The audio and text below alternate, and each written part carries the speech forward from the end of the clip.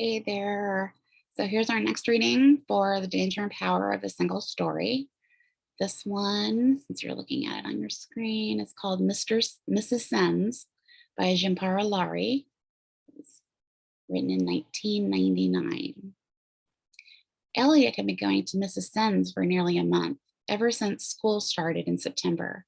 The year before, he was looked after by a university student named Abby, a slim, freckled girl who read books without pictures on the covers and refused to prepare any food for Elliot containing meat. Before that, an older woman, Mrs. Linden, greeted him when he came home each afternoon, sipping coffee from a thermos and working on crossword puzzles while Elliot played on his own. Abby received her degree and moved off to another university, while Mrs. Linden was, in the end, fired when Elliot's mother discovered that Mrs. Linden's thermos contained more whiskey than coffee. Mrs. Sen came to them in a tidy ballpoint script posted on an index card outside the supermarket. Professor's wife, responsible and kind, I will care for your child in my home. On the telephone, Elliot's mother told Mrs. Sen that the previous babysitters had come to their house. Elliot is 11. He can feed and entertain himself. I just want an adult in the house in case of emergency. But Mrs. Sen did not know how to drive. As you can see, our home is quite clean, quite safe for a child, Mrs. Sen had said at their first meeting. It was a university apartment located on the fringes of the campus. The lobby was tiled in unattractive squares of tan, and a row of mailboxes marked with masking tape or white labels. Inside, intersecting shadows left by a vacuum cleaner were frozen on the surface of a plush pear-colored carpet. Mismatched remnants of other carpets were positioned in front of the sofa and chairs, like individual welcome mats, anticipating where a person's feet would contact the floor. While drum-shaped lampshades flanked the sofa, were still wrapped in the manufacturer's plastic. The TV and the telephone were covered by pieces of yellow fabric with scalloped edges. There was tea in a tall gray pot, along with mugs and butter biscuits on a tray. Mr. Sen, a short, stocky man with a slightly protuberant eyes and glasses with black rectangular frames, had been there also. He crossed his legs with some effort and held his mug with both hands very close to his mouth, even when he wasn't drinking. Neither Mr. or Mrs. Sen wore shoes. Elliot noticed several pairs lined up on the shelves of a small bookcase by the front door. They wore flip-flops. Mr. Sen teaches mathematics at the university, Mrs. Sen had said by way of introduction, as if they were only distantly acquainted. She was about 30. She had a small gap between her teeth and faded pockmarks on her chin, yet her eyes were beautiful, with thick, flaring brows and liquid flourishes that extended beyond the natural width of her lids. She wore a shimmering white sari patterned with orange paisleys, more suitable for an evening affair than for that quiet, faintly drizzly August afternoon.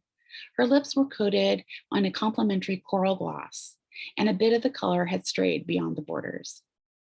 Yet it was his mother, Elliot had thought, in her cuffed beige shorts and rope-soled shoes who looked odd. Her cropped hair, that was cut short, a shade similar to her shorts, seemed too lank and sensible in that room where all things were so carefully covered. Her shaved knees and thighs too exposed. She refused a biscuit each time Mrs. Sen extended the plate in her direction and asked a long series of questions, the answers to which she recorded in her stenopad. Would there be other children in the apartment? Has Mrs. Sen cared for children before? How long had they lived in this country? Most of all, she was concerned that Mrs. Sen did not know how to drive. Elliot's mother worked in an office 50 miles north, and his father, the last she had heard, lived 2,000 miles west. I have been giving her lessons, actually, Mr. Sen said, setting his mug on the coffee table. It has been the first time he had spoken. By my estimate, Mrs. Sen should have her driver's license by December. Is that so? Elliot's mother noted the information on her pad. Yes, I am learning, Mrs. Sen said, but I am a slow student. At home, you know, we had a driver. You mean a chauffeur? Mrs. Sen glanced at Mr. Sen, who nodded. Elliot's mother nodded too, looking around the room. And that's all in India? Yes, Mrs. Sen replied. The mention of the word seemed to release something in her. She neatened the border of her sari where it rose diagonally across her chest. She too looked around the room as if she noticed the lampshades and the teapot and the shadows frozen on the carpet. Something of the rest of them could not. Everything is there. Elliot did not mind going to Mrs. Sen's after school. By September, the tiny beach house where he and his mother lived year-round was already cold. Elliot and his mother had to bring a portable heater along wherever they moved from one room to another, and to seal the window with plastic sheets and a hairdryer. The beach was barren and dull to play on alone. The only neighbors who lasted past Labor Day, a young married couple, had no children, and Elliot no longer found it interesting to gather broken mussel shells in his bucket or to stroke the seaweed, strewn like strips of emerald lasagna on the sand. Mrs. Sen's apartment was warm, sometimes too warm. The radiators continuously hissed like a pressure cooker. Elliot learned to remove his sneakers the first thing in Miss Sen's doorway and to place them on the bookcase next to a row of Mrs. Sen's slippers, each a different color, with soles as flat as cardboard and a ring of leather to hold her big toe.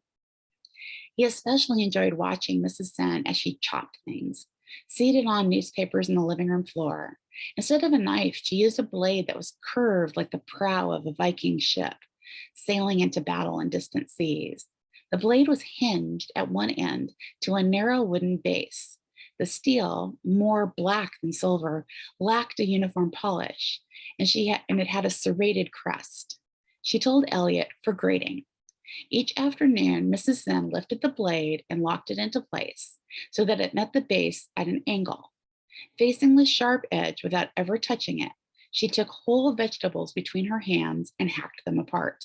Cauliflower, cabbage, butternut squash. She split things in half, then quarters, speedily producing florets, cubes, slices, and shreds. She could peel a potato in seconds.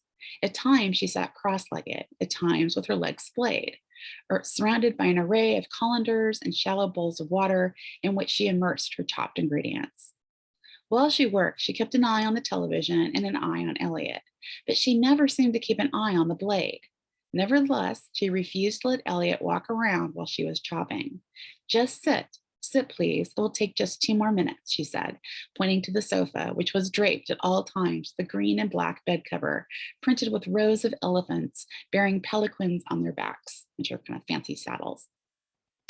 The daily procedure took about an hour. In order to occupy Elliot, she supplied him with the comic section of the newspaper and crackers spread with peanut butter, and sometimes a popsicle or carrot stick sculpted with her blade. She would have roped off area if she could. Once, though, she broke her own rule. In need of additional supplies and reluctant to rise from the catastrophic mess that barricaded her, she asked Elliot to fetch something from the kitchen. If you don't mind, there is a plastic bowl large enough to hold this spinach in the cabinet next to the fridge. Careful, oh dear, be careful, she cautioned as he approached. Just leave it, thank you, on the coffee table. I can reach. She had brought the blade from India, where apparently there was at least one in every household. Whenever there's a wedding in my family, she told Elliot one day, or a large celebration of any kind, my mother sends out word in the evening for all the neighborhood women to bring blades just like this one.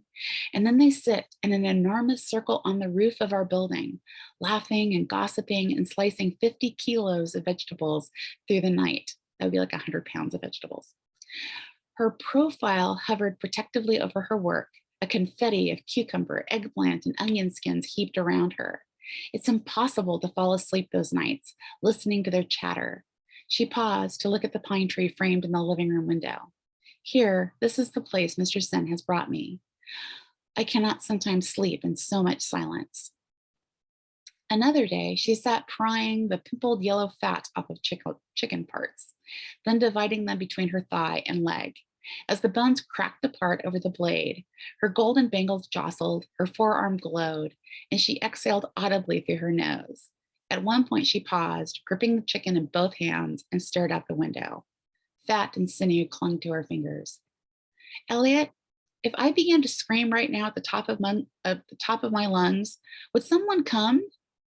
Mrs. Sen, what's wrong? Nothing. I'm only asking if someone would come. Elliot shrugged. Maybe. At home, that's all you have to do. Not everybody has a telephone, but you raise your voice a bit and express grief or joy of any kind, and the whole neighborhood and a half of another comes to share the news to help with the arrangements. By then, Miss Elliot understood that when Mrs. Sen said home, she meant India, not the apartment where she sat chopping vegetables. He thought of his own home, just 5 miles away, and the young married couple who waved from time to time as they jogged at sunset along the shore. On Labor Day, they had a party. People were piled on the deck eating, drinking, the sound of their laughter rising above the weary sigh of the waves. Elliot and his mother weren't invited. It was one of the rare days his mother had off, but they didn't go anywhere. She did the laundry and balanced the checkbook, and with Elliot's help, vacuumed the inside of the car.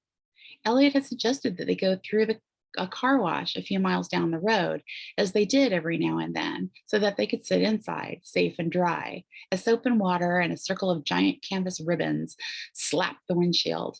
But his mother said that she was too tired and sprayed the car with a hose. When by evening the crowd at the neighbor's deck began dancing, she looked up their number in the phone book and asked them to keep it down. They might call you, Elliot said eventually to Mrs. Sen, but they might complain that you were making too much noise. From where Elliot was on the sofa, he could detect her curious scent of mothballs and cumin, and he could see the perfectly centered part in her braided hair, which was shaded with crushed vermilion, and therefore appeared to be blushing. At first, Elliot had wondered if she had cut her scalp or if something had bitten her there.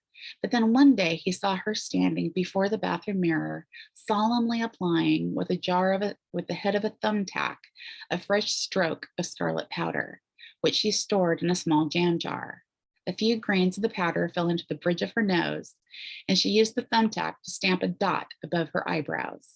I must wear the powder every day, she explained when Elliot asked her what it was for the rest of the days that I am married. Like a wedding ring, you mean? Exactly, Elliot, exactly like a wedding ring, only with no fear of losing it in the dishwasher. Dishwater. By the time Elliot's mother arrived at 20 past 6, Mrs. Sen always made sure all evidence of her chopping was disposed of. The blade was scrubbed, rinsed, dried, folded, and stowed away in a cupboard with the aid of a stepladder. With Elliot's help from the newspapers were crushed and all the peels and seeds and skins inside them. Brimming bowls and colanders lined the countertop. Spices and pastes were measured and blended, and eventually a collection of broths simmered over periwinkle flames on the stove. It was never a special occasion, nor was she ever expecting company. It was merely dinner for herself and Mr. Sen, as indicated by the 2 plates and 2 glasses she set, without napkins or silverware, on the formica table at one end of the living room. As he pressed the newspapers deeper into the garbage pail, Elliot felt that he and Mrs. Sen were disobeying some unspoken rule. Perhaps it was because of the urgency with which Mrs. Sen accomplished everything, pinching salt and sugar between her fingernails, raining water through lentils, sponging all imaginable surfaces, shutting cupboard doors with a series of successive clicks. It gave him a little shock to see his mother all of a sudden, and all the transparent stockings and shoulder padded suits she wore to her job, peering into the corners of Mrs. Sen's apartment. She tended to hover on the far side of the doorframe, calling to Elliot to put on his sneakers and gather his things. But Mrs. Sen would not allow it. Each evening, she insisted that his mother sit on the sofa where she was served something to eat, a glass of bright pink yogurt with rose syrup, breaded mincemeat with raisins, a bowl of semolina halva. Really, Mrs. Sen, I take a late lunch. You shouldn't go to so much trouble. It's no trouble, just like Elliot, no trouble at all. His mother nibbled Mrs. Sen's concoctions, her eyes cast upward in search of an opinion. She kept her knees pressed together, her high heels never removed, pressed to the pear-colored carpet. It's delicious, she would include, setting down the plate after a bite or two. Elliot knew she didn't like the tastes. She told him once in the car. He also knew that she didn't eat lunch at work, because the first thing she did when they were back at the beach house was pour herself a glass of wine and eat bread and cheese, sometimes so much of it that she wasn't hungry for the pizza they normally ordered for dinner. She sat at the table as he ate, drinking more wine, asking how his day was, but eventually she went to the deck to smoke a cigarette, leaving Elliot to wrap up the leftovers. Each afternoon, Mrs. Sen stood in a grove of pine trees by the main road where the school bus dropped off Elliot, along with 2 or 3 other children who lived nearby. Elliot always sensed that Mrs. Sen had been waiting for some time, as if eager to greet the person she hadn't seen in years. The hair at her temples blew out in the breeze, the column of vermilion fresh in her part. She wore navy blue sunglasses, a little too big for her face. Her sari, a different pattern each day, fluttered about the hem of a checkered all-weather coat. Acorns and caterpillars dotted the asphalt loop that framed the complex of about a dozen brick buildings, all identical, embedded in a communal expanse of log chips. They walked back from the bus stop as she produced a sandwich bag from her pocket and offered Elliot the peeled wedges of an orange or lightly salted peanuts, which she had already shelled.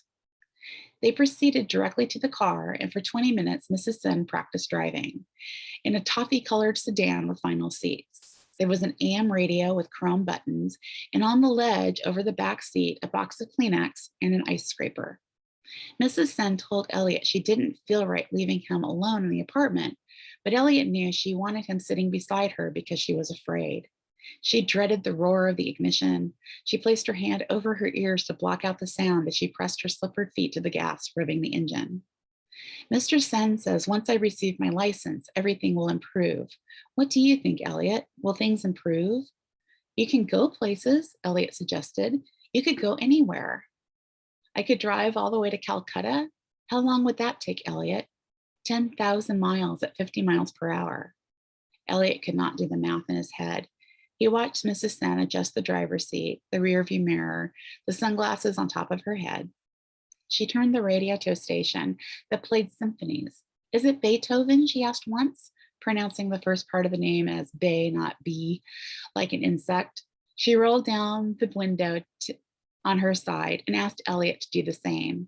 Eventually, she pressed her foot to the brake pedal, manipulated the automatic gear shift as if it were an enormous leaky pen, and backed inch by inch out of the parking space.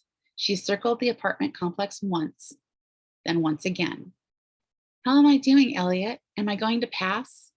She was continually distracted. She stopped the car without warning to listen to something on the radio or to stare at something, anything in the road. If she passed a person, she waved. If she saw a bird 20 feet in front of her, she beeped the horn with her index finger and waited for it to fly away. In India, she said, the driver on the right side, not on the left. Slowly, they crept past the swing set, the laundry building, the dark green trash bins, the rows of parked cars. Each time they approached the grove of pine trees where the asphalt loop met the main road, she leaned forward, pinning all her weight against the brake as cars hurtled past. It was a narrow road painted with a solid yellow stripe, with one lane for traffic in either direction. Impossible, Elliot. How can I go there? You need to wait until no one's coming. Why will not anyone slow down? No one's coming now. But what about the car on the right? Do you see? And look, a truck is behind it. Anyway, I'm not allowed on the main road without Mr. Sen. You have to turn and speed up fast, Elliot said. That's the way his mother did it, as if without thinking. It seemed so simple when he sat beside his mother, gliding in the evenings back to the beach house. Then the road was just a road, the other cars merely part of the scenery. But when he sat with Mrs. Sen, under an autumn sun that glowed without warmth through the trees, he saw how the same stream of cars made her knuckles pale, her wrists tremble, and her English falter. Everyone, this people, too much in their world. 2 things Elliot learned made Mrs. Sen happy. One was the arrival of a letter from her family.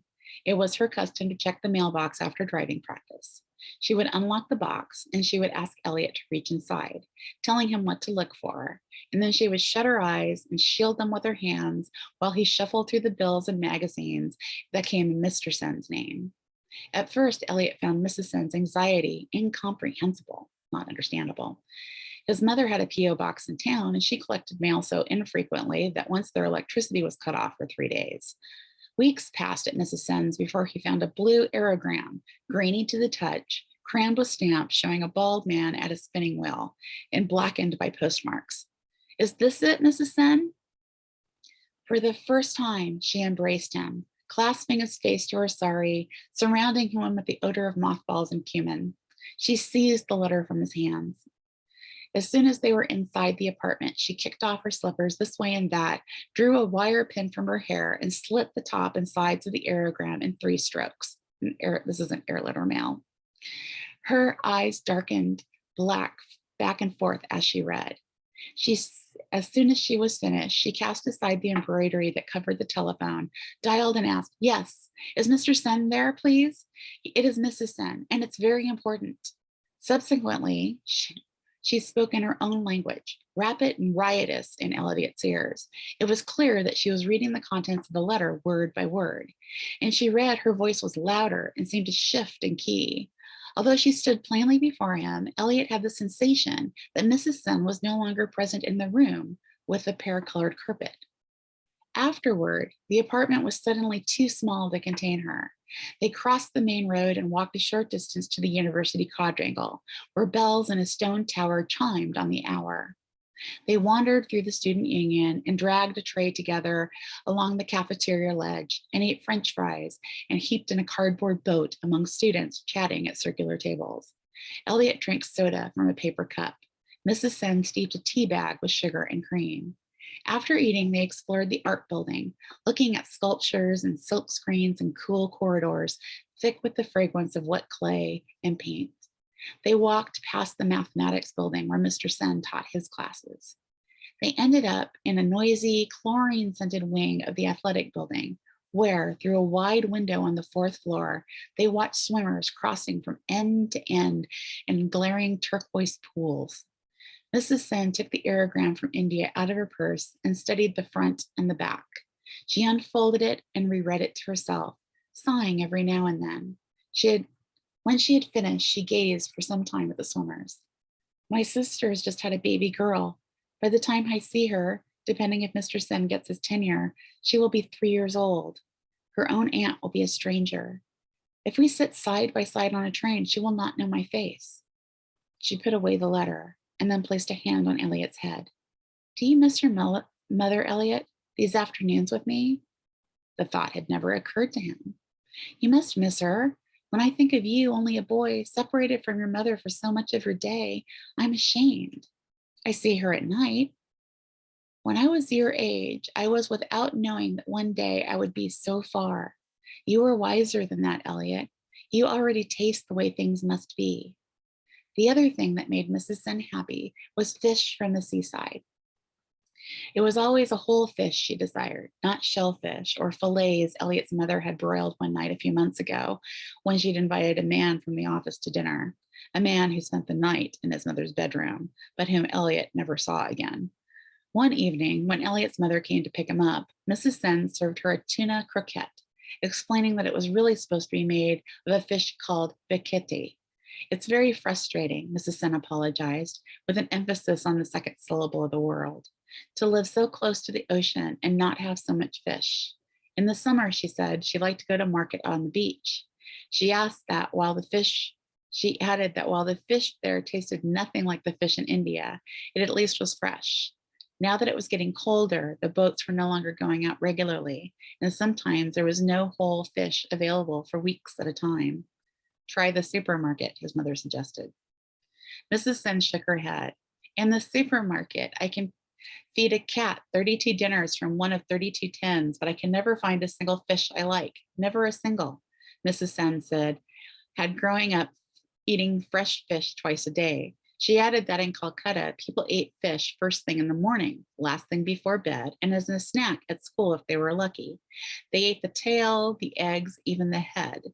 It was available in any market, at any hour, from dawn until midnight. All you had to do was leave the house and walk a bit, and there you are. Every few days, Mrs. Sen would open up the yellow pages, dial a number that she had ticked in the margin, and asked if they had any whole fish available. If so, she would ask the market to hold it. Under Sen, yes, S is in Sam, N is in New York. Mr. Sen will be there to pick it up. And then she would call Mr. Sen at the university. A few minutes later, Mr. Sen would arrive, patting Elliot on the head, but not kissing Mrs. Sen. He read the mail at the Formica table and drank a cup of tea before heading out. Half an hour later, he would return, carrying a paper bag with a smiling lobster drawn on the front of it. He would hand it to Mrs. Sen and head back to the university to teach his evening class. One day, when he handed Mrs. Sen the paper bag, he said, "No more fish for a while. Cook the chicken in the freezer. I need to start holding office hours." For the next few days, instead of calling a fish market, Mrs. Sen thawed chicken legs in the kitchen sink and chopped them with her blade. One day, she made a stew with green beans and tinned sardines. But the following week, the man who ran the fish market called Mrs. Sen. He assumed she wanted the fish, and he said he would hold it till the end of the day under her name. She was flattered. "Isn't that nice of him, Elliot?" The man said he looked at my name in the telephone book. He said there was only one Sen. Do you know how many Sens are in the Calcutta telephone book? She told Elliot to put on his shoes and his jacket, and then she called Mr. Sen at the university. Elliot tied his sneakers by the bookcase and waited for her to join him, to choose from her row of slippers. After a few minutes, he called out her name. When Mrs. Sen did not reply, he untied his sneakers and returned to the living room, where he found her on the sofa, weeping. Her face was in her hands, and tears dripped through her fingers. Through them, she slowly murmured something about meeting Mr. Sen was required to attend. Slowly, she stood up and rearranged the cloth over the telephone. Elliot followed her, walking for the first time in his sneakers across the pear-colored carpet. She stared at him. Her lower eyelids were swollen into thin pink crusts. "Tell me, Elliot, is it too much to ask?" Before he could answer, she took him by the hand and led him to the bedroom, whose door was normally kept shut. Apart from the bed, which lacked a headboard, the only other thing in the bedroom was a side table with a telephone on it, an ironing board, and a bureau. She flung open the drawers to the bureau, the door of the closet filled with saris of every imaginable texture and shade, brocaded with gold and silver threads. Some were transparent, tissue thin, others as thick as drapes, with tassels knotted along the edges. In the closet, they were on hangers. In the drawers, they were folded flat or wound tightly like thick scrolls. She sifted through the drawers, letting saris spill over the edges. When have I ever worn this one? And this, and this. She tossed the saris one by one from the drawers and then pried several from their hangers. They landed like a pile of tangled sheets on the bed. The room was filled with an intense smell of mothballs. "Send pictures," they write. "Send pictures of your new life." What picture can I send? She sat, exhausted, on the end of the bed, where there was now barely room for her. "They think I live the life of a queen, Elliot." She looked around the blank walls of the room. "They think I press buttons and the house is clean. They think I have a palace." The phone rang. Mrs. Sen let it ring several times before picking it up on the extension by the bed. During the conversation, she seemed only to be replying to things and wiping her face with the ends of the saris. When she got off the phone, she stuffed the saris without folding them back into the drawers. And then she and Elliot put on their shoes and went to the car, where they waited for Mr. Sen to meet them. "Why don't you drive today?" Mr. Sen asked when he appeared, rapping on the hood of the car with his knuckles. They always spoke to each other in English when Elliot was present. "Not today, another day." "How do you expect to pass the test if you refuse to drive on the road with other cars?" "Elliot is here today. He is here every day. It's for your own good. Elliot, tell Mrs. Sen for her own good." She refused. They drove in silence along the same roads that Elliot and his mother took back to the beach house each evening. But at the back seat in Mr. and Mrs. Sen's car, the ride seemed unfamiliar and took longer than usual. The gulls, whose tedious cries woke him each morning, now thrilled him as they dipped and flapped across the sky. They passed one beach after another, and the shacks now locked up, that sold frozen lemonade and quahogs in the summer. Quahogs are a clam. Only one of the shacks was open. It was the fish market. Mrs. Sen unlocked the door and turned toward Mr. Sen, who had not yet unfastened his seatbelt. "Are you coming?" Mr. Sen handed her some bills from his wallet. "I have a meeting in 20 minutes, he said, staring at the dashboard as he spoke. "Please don't waste time." Elliot accompanied her into a dank little shop, whose walls were festooned with nets and starfish and buoys. A group of tourists with cameras around their necks huddled by the counter, some sampling stuffed clams, others pointing to a large chart illustrating 50 different varieties of North Atlantic fish. Mrs. Sen took a ticket from the machine at the counter and waited in line. Elliot stood by the lobsters. He stirred one on top of the other in their murky tank, their claws bound by yellow rubber bands. He watched as Mrs. Sen laughed and chatted when it was her turn in line with a man with a bright red face and yellow teeth, dressed in a black rubber airplane. Sorry, dressed in a black rubber apron. In either hand, he held a mackerel by the tail. Are you sure to sell me as very fresh? Any fresher, and they'd answer the question themselves. You want this cleaned, Mrs. Sen? She nodded. Leave the heads on, please. You got cats at home? No cats, only a husband. Later in the apartment, she pulled the blade out of the cupboard, spread the newspapers across the carpet, inspected her treasures. One by one, she drew them from the paper wrapping, wrinkled and tinged with blood. She soaked the tails, prodded the bellies, pried apart the gutted fish. With a pair of scissors, she clipped the fins. She tucked a finger under the gills, a red so bright they made the vermilion seem pale. She grasped the body, lined with inky streaks at either end, and notched it at intervals against the blade. Why do you do that? Elliot asked. To see how many pieces. If I cut properly from the fish, I will get 3 meals. She sawed off the head and set it on a pie plate. In November came a series of days when Mrs. Sen refused to practice driving. The blade never emerged from the cupboard. Newspapers were not spread on the floor. She did not call the fish store. She did not thaw chicken. In silence, she prepared crackers with peanut butter for Elliot, then sat reading old aerograms from a shoebox. When it was time for Elliot to leave, she gathered together his things without inviting his mother to sit on the sofa and eat something first. When eventually his mother asked him in the car if he'd noticed a change in Mrs. Sen's behavior, he said he hadn't. He didn't tell her that Mrs. Sen paced the apartment, staring at plastic-covered lampshades as if noticing them for the first time. He didn't tell her she switched on the television but never watched it, or that she made herself tea but let it grow cold on the coffee table. One day she played a tape of something she called a raga. It sounded a little bit like someone plucking very slowly and then very quickly on a violin. And Mrs. Sen said it was supposed to be heard only in the late afternoon as the sun was setting. As the music played for nearly an hour, she sat on the sofa with her eyes closed. Afterward, she said, "It's even more sad than your Beethoven, isn't it?" Another day, she played a cassette of people talking in her language, a farewell present, she told Elliot, that her family had made for her. After a succession of voices laughed and said their bit, Mrs. Sen identified each speaker. My third uncle, my cousin, my father, my grandfather. One speaker sang a song, another recited a poem. A final voice on the tape belonged to Mrs. Sen's mother. It was quieter and sounded more serious than the others. There was a pause between each sentence, and during this pause, Mrs. Sen translated for Elliot. The price of a goat rose 2 rupees. The mangoes at the market are not very sweet. College Street is flooded. She turned off the tape. These are things that happened the day I left India. The next day, she played the same cassette all over again. This time, when her grandfather was speaking, she stopped the tape. She told Elliot she received a letter over the weekend.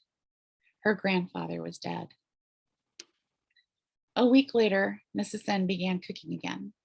One day, as she sat slicing cabbage on the living room floor, Mr. Sen called. He wanted to take Elliot and Mrs. Sen to the seaside. For the occasion, Mrs. Sen put on a red sari and red lipstick. She freshened the vermilion in her part and rebraided her hair. She knotted a scarf under her chin, arranged her sunglasses on top of her head, and put a pocket camera into her purse. As Mr. Sen backed out of the parking lot, he put his arm across the top of the front seat so that it looked as if he had his arm around Mrs. Sen. It's getting too cold for that top coat, he said to her at one point. We should get you something warmer. At the shop, they brought mackerel and butterfish and sea bass. This time, Mr. Sen came into the shop with them, and it was Mr. Sen who asked whether the fish was fresh, and to cut it this way or that way. They bought so much fish that Elliot had to hold one of the bags. After they put the bags in the trunk, Mr. Sen announced that he was hungry, and Mrs. Sen agreed, so they crossed the street to a restaurant that had a takeout window was still open. They sat at a picnic table and ate 2 baskets of clam cakes. Mrs. Sen put a good deal of Tabasco sauce and pepper on hers. Like Pacaraz? No? Her face was flushed, her lipstick faded. She laughed at everything Mr. Sen said. Behind the restaurant was a small beach, and when they were done eating, they walked for a while along the shore, into the wind so strong they had to walk backward. Mrs. Sen pointed to the water and said that in a certain moment, each wave resembled a sari drawing on a clothesline. Impossible, she shouted eventually, laughing as she turned back, her eyes teary. I cannot move. Instead, she took a picture of Elliot and Mr. Sen standing on the sand. Now, one of us, she said, pressing Elliot against a checkered coat and giving the camera to Mr. Sen. Finally, the camera was given to Elliot.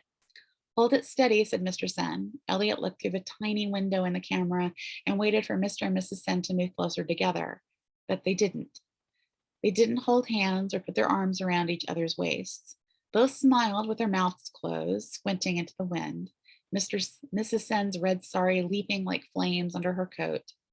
In the car, warm at last and exhausted from the wind and the clam cakes, they admired the dunes and the ships they could see in the distance. In the view of the lighthouse, peach and purple sky. After a while, Mr. Sen slowed down, stopped by the side of the road. What's wrong? Mrs. Sen asked. You are going to drive home today. Not today. Yes, today. Mr. Sen stepped out of the car and opened the door on Mrs. Sen's side. A fierce wind blew into the car, accompanied by the sound of waves crashing on the shore. Finally, she slid over to the driver's side, but spent a long time adjusting her sari and her sunglasses. Elliot turned and looked through the back window. The road was empty. Mrs. Sen turned on the radio, filling up the car with violin music. There's no need, Mr. Sen said, clicking it off. It helps me concentrate, Mrs. Sen said, and turned on the radio again. Put on your signal, Mr. Sen directed. I know what to do. For about a mile, she was fine, though far slower than the other cars that passed her. But when the town approached and traffic lights loomed on wires in the distance, she went even slower. Switch lanes, Mr. Lane said. You'll have to bear left at the rotary. Mrs. Sen did not. Switch lanes, I tell you. He shut off the radio. Are you listening to me? A car beeped its horn, then another. She beeped defiantly in response, stopped, and then pulled without signaling onto the side of the road. No more, she said, her forehead resting against the top of the steering wheel. I hate it. I hate driving. I won't go on. She stopped driving after that. The next time the fish store called, she did not call Mr. Sen at his office. She had decided to try something new. There was a town bus that ran on an hourly schedule between the university and the seaside.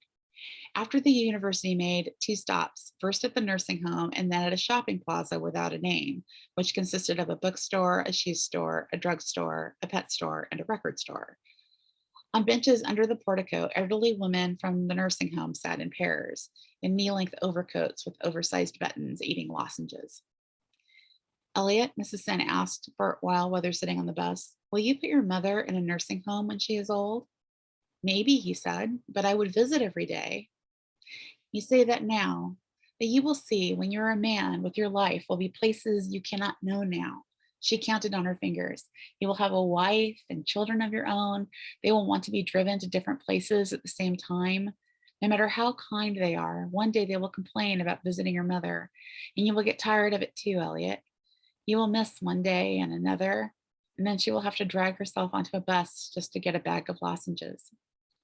At the fish shop, the ice beds were nearly empty, as were the lobster tanks, where rust-colored stains were visible through the water. A sign said that the shop would be closing for winter at the end of the month.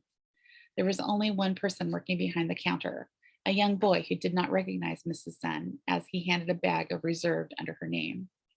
Has it been cleaned and scaled? Mrs. Sen asked. The boy shrugged. My boss left early. He said to give you this bag. In the parking lot, Mrs. Sen consulted the bus schedule. They would have to wait 45 minutes for the next one. So they crossed the street and bought clam cakes at the takeout window that they had been to before. There was no place to sit. The picnic tables were no longer in use, the benches chained upside down on top of them. On the way home, an old woman on the bus kept watching them, her eyes shifting from Mrs. Sen to Elliot to the blood-lined bag between their feet. She wore a black overcoat. In her lap, she held, with gnarled, colorless hands, a crispy white bag from the drugstore. The only other passengers were 2 college students, boyfriend and girlfriend, wearing matching sweatshirts, their fingers linked, slouched in the back seat. In silence, Elliot and Mrs. Sen ate the last few clam cakes in the bag. Mrs. Sen had forgotten napkins, and traces of fried batter dotted the corners of her mouth. And when they reached the nursing home, the woman in the overcoat stood up, said something to the driver, and then stepped off the bus. The driver turned his head and glanced back at Mrs. Sen. What's in the bag? Mrs. Sen looked up, startled. Speak English? The bus driver began to move again, causing the driver to look at Mrs. Sen and Elliot in the enormous rearview mirror. Yes, I can speak. And then what's in the bag? A fish, Mrs. Sen replied. The smell seems to be bothering the other passengers. Kids, maybe you should open the window or something. One afternoon, a few days later, the phone rang. Some very tasty halibut had arrived on the boats when Mrs. Sen liked to pick one up. She called Mr. Sen, but he was not at his desk. A second time she tried calling, then a third. Eventually, she went to the kitchen and returned to the living room with the blade, an eggplant, and some newspapers. Without having to be told, Elliot took his place on the sofa and watched as he sliced the stems off the eggplant. She had divided it into long, slender strips, then into small squares, smaller and smaller, as small as sugar cubes. I'm going to put these in a very tasty stew with fish and green bananas, she announced. Only I will have to do without the green bananas. Are you going to get the fish? We are going to get the fish. Is Mr. Sen going to take us? Put on your shoes. They left the apartment without cleaning up. Outside, it was so cold Elliot could feel the chill in his teeth. They got in the car, and Mrs. Sen drove around the asphalt loop several times. Each time she paused by the grove of pine trees to observe the traffic on the main road. Elliot thought she was just practicing while they waited for Mr. Sen, but then she gave a signal and turned. An accident occurred quickly. About a mile, Mrs. Sen took a left before she should have, and through an oncoming car managed to swerve out of her way. She was so startled by the horn that she lost control of the wheel and hit a telephone pole on the opposite corner. A policeman arrived and asked to see her license, but she did not have one to show him. Mr. Sen teaches mathematics at the university, was all she said by way of explanation. The damage was slight. Mrs. Sen cut her lip. Elliot complained briefly of a pain in his ribs, and the car's fender would have to be straightened. The policeman thought Mrs. Sen had also cut her scalp, but it was only the vermilion. When Mr. Sen arrived, driven by one of his colleagues, he spoke at length with the policeman as he filled out some forms, but he said nothing to Mrs. Sen as he drove them back to the apartment. When they got out of the car, Mr. Sen patted Elliot's head. The policeman said you were lucky, very lucky to come out without a scratch. After taking off her slippers and putting them on the bookcase, Mrs. Sen put away the blade that was still on the living room floor and threw the eggplant pieces and the newspapers into the garbage pail. She prepared a plate of crackers with peanut butter, placed them on the coffee table, and turned on the television for Elliot's benefit. If he is still hungry, give him a popsicle from the freezer, she said to Mr. Sen, who sat at the Formica table sorting through mail. Then she went into her bedroom and shut the door. When Elliot's mother arrived at 5:45, Mr. Sen told her the details of the accident and offered a check reimbursing November's payment. As he wrote out the check, he apologized on behalf of Mrs. Sen. He said she was resting, though when Elliot had gone to the bathroom, he heard her crying. His mother was satisfied with the arrangement, and in a sense, she confessed to Elliot as they drove home. She was relieved. It was the last afternoon Elliot spent with Mrs. Sen or with any babysitter. From then on, his mother gave him a key, which he wore on a string around his neck. He was to call the neighbors in case of emergency and to let himself into the beach house after school. The first day, just after taking off his coat, the phone rang. It was her mother calling from the office. You're a big boy now, Elliot, she told him. You okay? Elliot looked out the kitchen window at gray waves receding from the shore, and he said that he was fine. Okay, so think a lot of us, or some of us, can recognize the idea of being in a foreign country, or at least far away from home, where you're not near your family, you're not around the things that you are used to doing, living your life the way you used to be living it. And this is kind of a long read, but I think it makes it very clear how sad the marriage is between Mr. and Mrs. Sen. I think it's probably would make it more clear to know that most Indian marriages, especially 25, 30 years ago, were completely arranged by the parents. So Mr. and Mrs. Sen may not have even met each other before they were actually married or until they were married. So they don't really know each other. He doesn't understand her. He's obviously been living in the United States for a long time. He's comfortable with it. He's comfortable with driving. He's comfortable with, shopping at a supermarket.